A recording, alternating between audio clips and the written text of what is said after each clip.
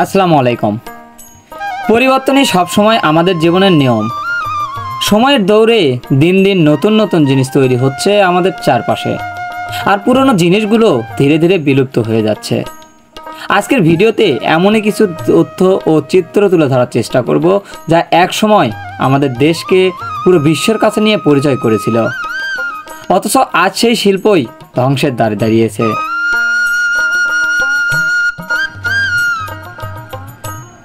বন্ধুরা, পাবনা জেলার পরপর 3টি জায়গা ঘুরিয়ে দেখিয়েছি আপনাদের। আজকের ভিডিওতে তেমনই বাংলার ঐতিহ্যময় তাঁত শিল্পের কাজ দেখাবো আপনাদেরকে।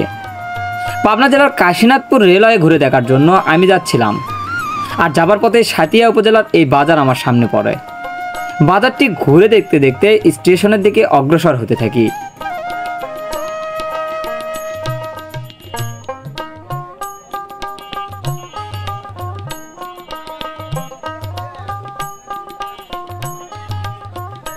আমাদের দেশ যেহেতু কৃষি প্রধান দেশ, আর তাই এসব কৃষি পণ্য দেশের প্রায় সকল বাজারেই এভাবেই বেচাকেনা হয়ে থাকে। দেখে মন ভরে যায়, বাংলার রূপ যেন এক প্রশান্তিময় জায়গা।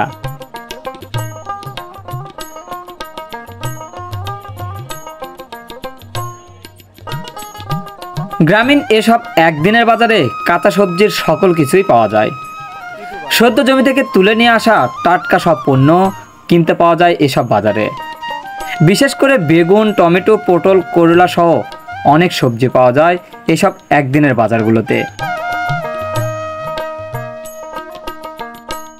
সম্পূর্ণ বাজার ঘুরে যেতে যেতে হঠাৎ করে এখানকার তাঁত শিল্পের কাজ ও কারখানাগুলো নজরে আসলে কৌতূহল হয়ে দেখতে যাই, এমনকি আপনাদেরকে দেখানোর জন্য ভিডিও করতে থাকি।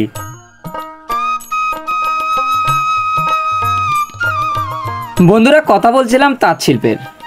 বর্তমানে আধুনিকতার ছোঁয়ায় তাঁত শিল্পের তৈরি পোশাকের চাহিদা কমে গেছে অনেক হারে। কাশীনাথপুরের ঐতিহ্যবাহী লুঙ্গি পরিশ্রম সাধ্য ও হস্তশিল্প, যা বহু শতাব্দী ধরেই টিকে আছে।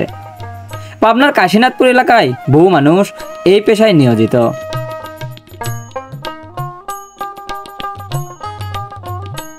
এখানকার লুঙ্গি তৈরি করা হয় মেশিন দ্বারা, যার কোয়ালিটি ও সৌন্দর্য পুরো দেশ জুড়ে সুনাম অর্জন করেছে।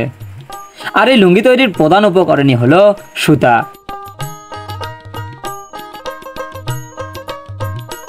বিভিন্ন জাতের তুলা থেকে সুতা তৈরি করা হয়। এর মধ্যে সুতি সুতার চাহিদা অনেক বেশি।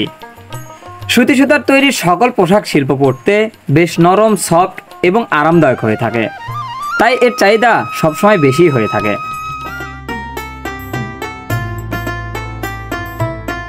সুতাগুলো ভালোভাবে পরিষ্কার করে পোশাকের সৌন্দর্য বাড়াতে প্রথমে সুতাতে রং করা হয়। এরপর সুতার মান বাড়াতে ভালোভাবে শুকানো হয়। সুতা তৈরি হয়ে গেলে লুঙ্গি তৈরির জন্য প্রথমে সুতাগুলোকে নলিতে ভরানো হয়।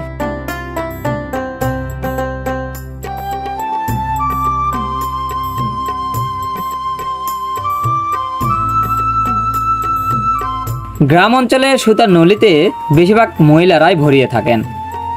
কারিগররা এই প্রথম কয়েকটি ধাপ বেশ দক্ষতার সাথে সম্পূর্ণ করে থাকেন। এভাবে নকশা অনুসারে সমস্ত সুতাগুলোকে সারিবদ্ধভাবে সাজানো হয় লুঙ্গি তৈরির শেষ ধাপে নেবার জন্য।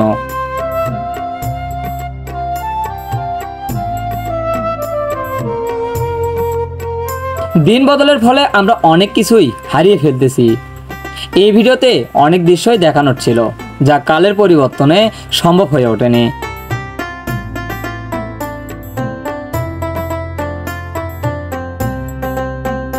এভাবে সুতাগুলো সারিবদ্ধ হয়ে গেলে সেগুলোকে মেশিনে নেওয়া হয় বোনানোর জন্য। মেশিনের সাইজ অনুসারে লুঙ্গির চওড়াও কম বেশি হয়ে থাকে। গ্রামের ভাষায় বললে সানা বলা হয়। যে সানায় যত বেশি কাঠি থাকে সেই সানায় তত বেশি সুতা লাগে, এবং সেই সাথে কাপড়ের ঘনত্বও তত বেশি বৃদ্ধি পায়।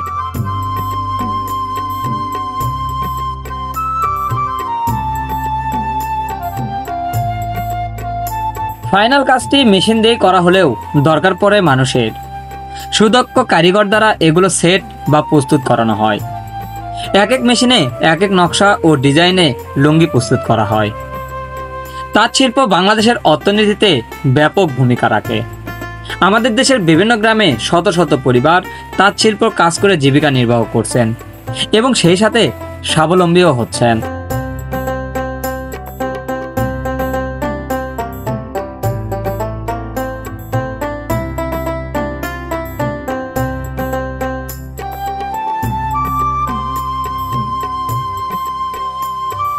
আমাদের দেশে দেশি সুতি লুঙ্গি দুইভাবে বানানো হয়, এক হাতে তৈরি, দুই মেশিনে তৈরি। তবে সময় বাঁচানোর জন্য ও পরিশ্রম কমাতে বর্তমানে মেশিন দ্বারাই লুঙ্গি সহ সকল কাপড় তৈরি করা হয়।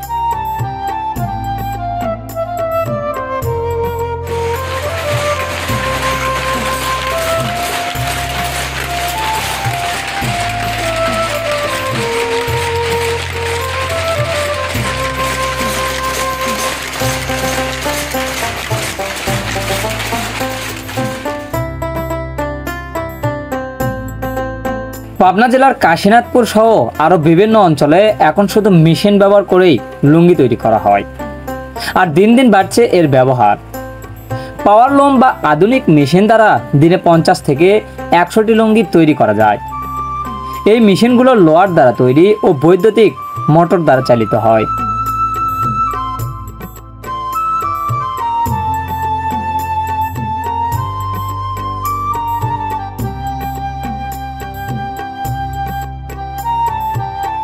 তো বন্ধুরা, তাঁত শিল্প বাংলাদেশে কত বছর আগে থেকে প্রচলিত তা কিন্তু কমেন্টে জানিয়ে দেবেন। আপনাদের কাছে প্রশ্ন রেখে গেলাম, কেমন লাগলো আজকের ভিডিওটি ভালো লেগে থাকলে অবশ্যই লাইক, কমেন্ট এবং শেয়ার করে সবাইকে দেখার সুযোগ করে দেবেন।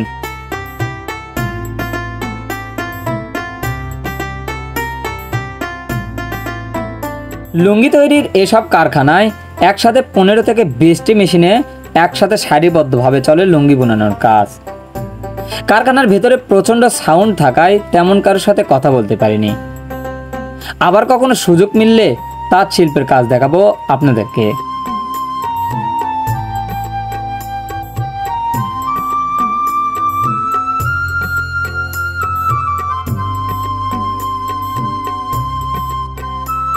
পাবনা জেলায় আসছিলাম একদিনের জন্য, আর তাই পুরো জেলার সমস্ত কিছু ঘুরে দেখা সম্ভব হয়নি।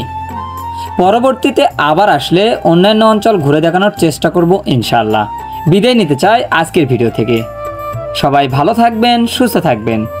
আল্লাহ হাফেজ।